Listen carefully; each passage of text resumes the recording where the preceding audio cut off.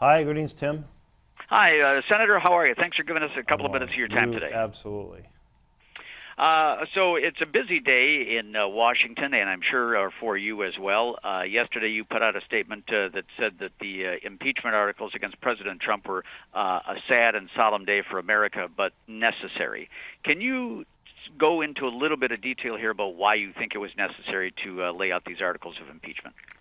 So our Constitution envisioned a system of checks and balances and specifically was concerned about any foreign influence in our elections.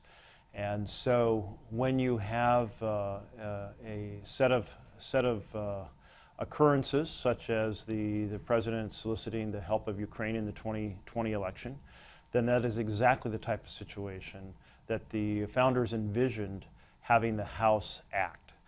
To explore the facts, make a determination about whether they are substantial, and if so, to hold a formal vote, which they're headed towards next week.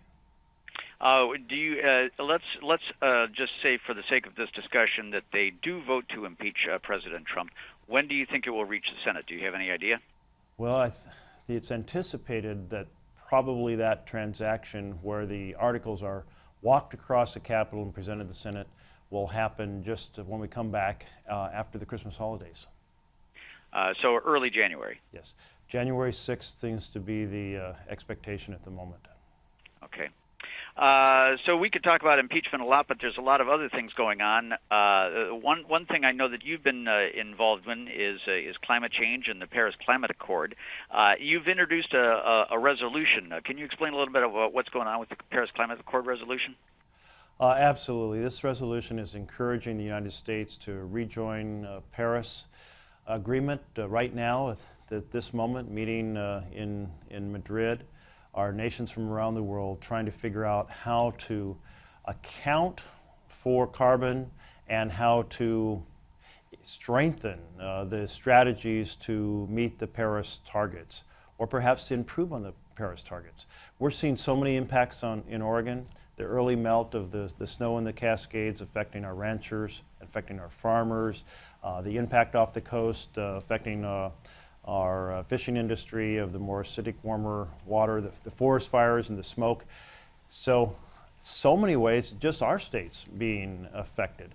This is a profound assault on the entire planet, and we need to be in partnership with the rest of the world in taking it on. In fact, we need to exercise leadership to help lead the rest of the world to take this on. The last thing we should be doing is exiting from the international conversation.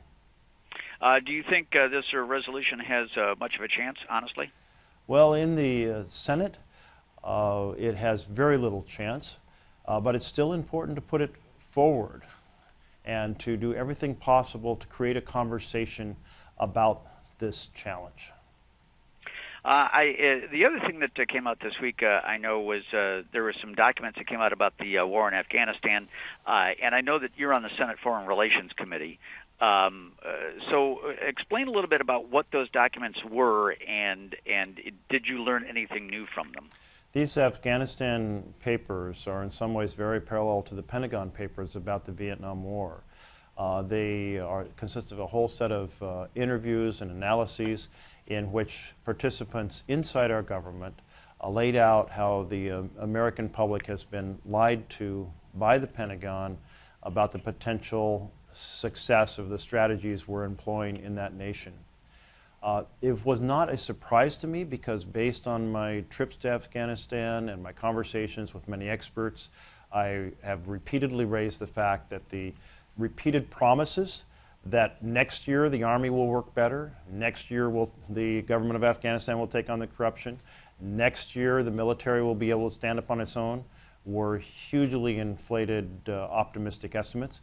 But the fact that our Pentagon was lying to the American people and that the price of that is huge in the blood of our soldiers and in the value of our treasury, it's absolutely horrendous.